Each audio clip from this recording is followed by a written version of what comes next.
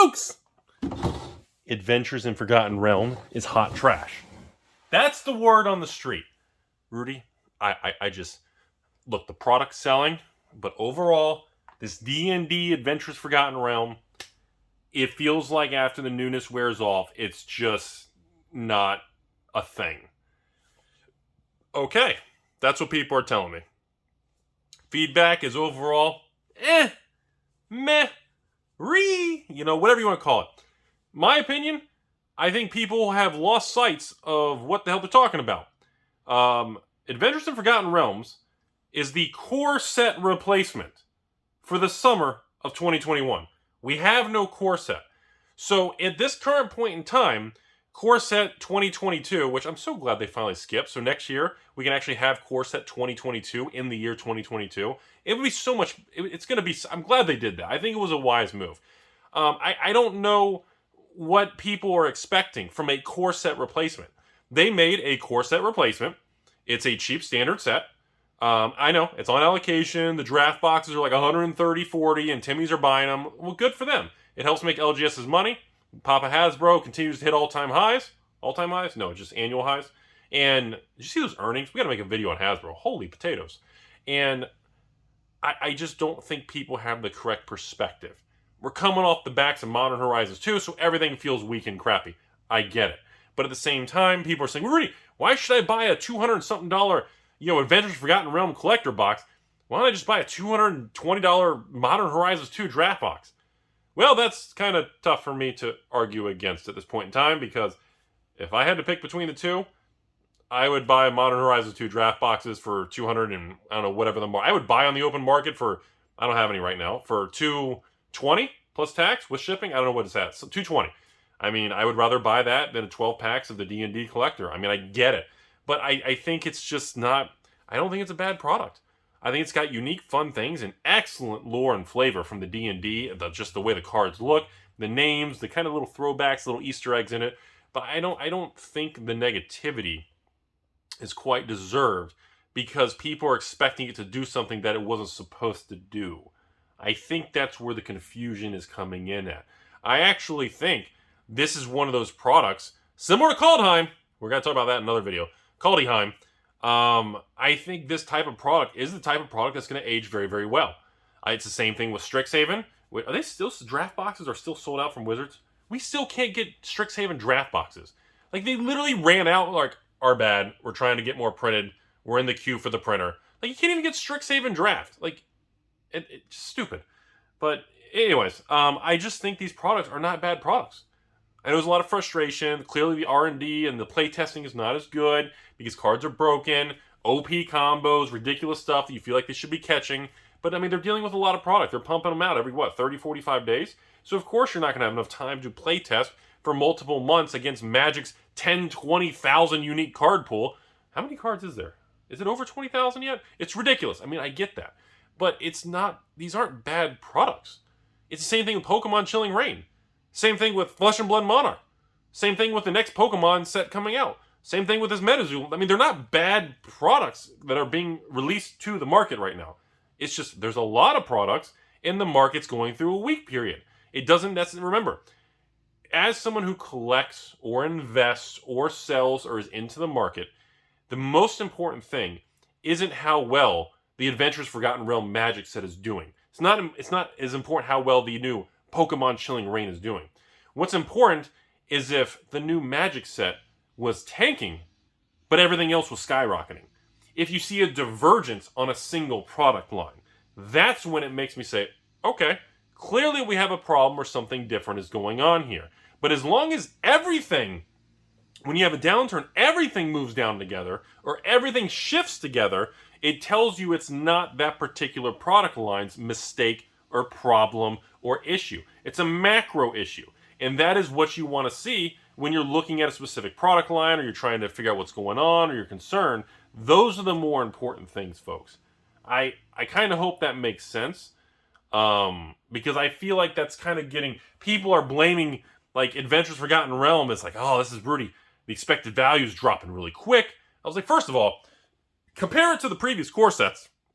Remember Core 2019? Not a single rare in Core 2019. over $2.50.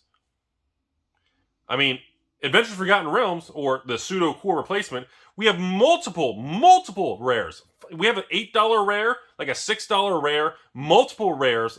Actually, I think 5 to 10 rares between $2 and $3 of the filming of this video.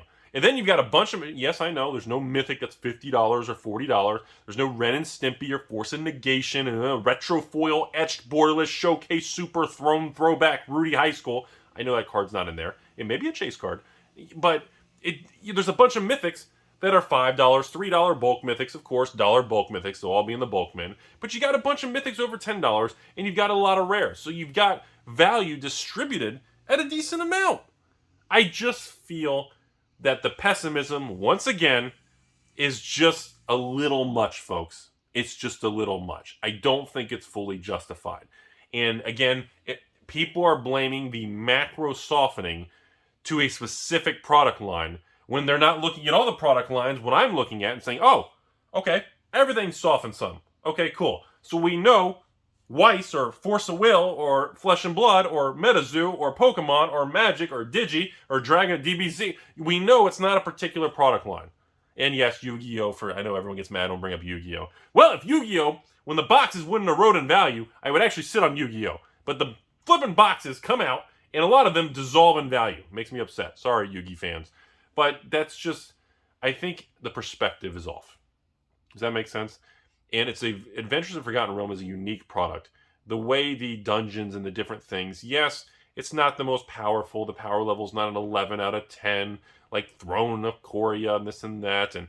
But, you know, I just think it offers unique things. I prefer products that have unique items. Let me put it this way, folks. How many products can they reprint using entering dungeons and things like that? Have you ever thought about that yet? How are they going to be able to continuously reprint these entering dungeons types cards into a lot of different reprints like Jumpstart 2 and Master Sets? It's going to be a little funky.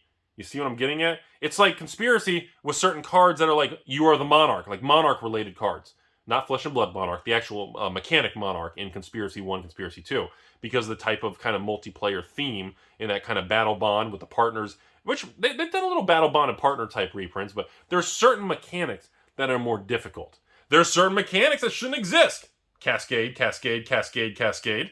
There are certain mechanics that are just broken.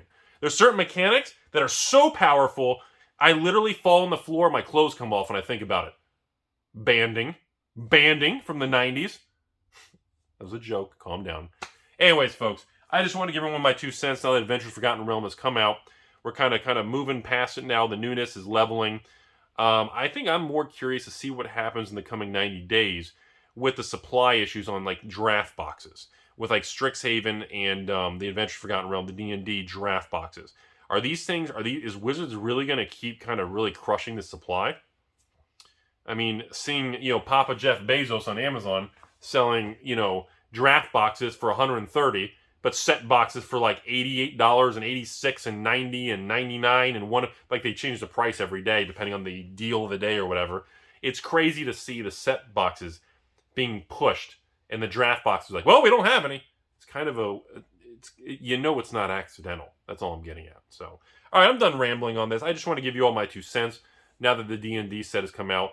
Before we go any further, by the way, 2 final things for those of you, the 1% people watching this far in. I did want to comment. The pessimism around the Commander decks that are being released with every standard product, and the amount of people starting to back away from these Commander products. And these Commander products seem to be getting, I wouldn't say getting really good or getting a lot better, but they're actually pretty decent. They're pricey because, of course, Wizards wants to raise their MSRP, but we can't say MSRP. It's an SRP, but we don't have MSRP. It's stupid.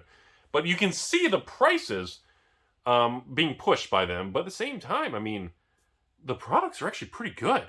These Commander products, like if I was, old school 2014 Rudy doing mass box openings, I was like, I would actually consider not selling sealed Commander products.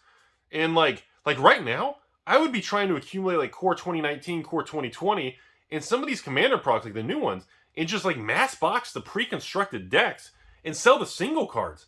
Especially if you have an outlet to sell locally for cash or there's events or things that are going to pick up again. It's kind of interesting because they're not getting the attention that they used to get. You know, kind of like Kaldheim. Nobody gives two flips about Kaldheim. And I think Kaldheim is actually a really cool product. Anyway, it's just been a really interesting thing. And like I said, I need to do more videos and follow-ups on like Jumpstart, because people have been like, dude, Rudy, what happened to Jumpstart? It's like $100 a box. Yeah, you know, probably is 100 with shipping and tax out the door. And yeah, it came down a lot. And Wizards is still releasing some waves.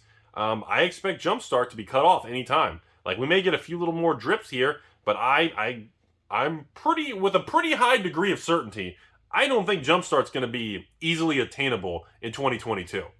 Don't know if it's going to be January 1st or if it's going to be way out in Halloween of 2022. But they're not going to keep reprinting the same product for 3, 4, 5 years. They never have. They never will, because there's going to be 10 other products that are going to be more important that they can make money on. So, anyways, just want to give you my opinion. Conclusion, the D&D set's a core set replacement. It's not supposed to be Modern Horizons 15. It's not a bad product, folks. I'm hungry. Have a great day.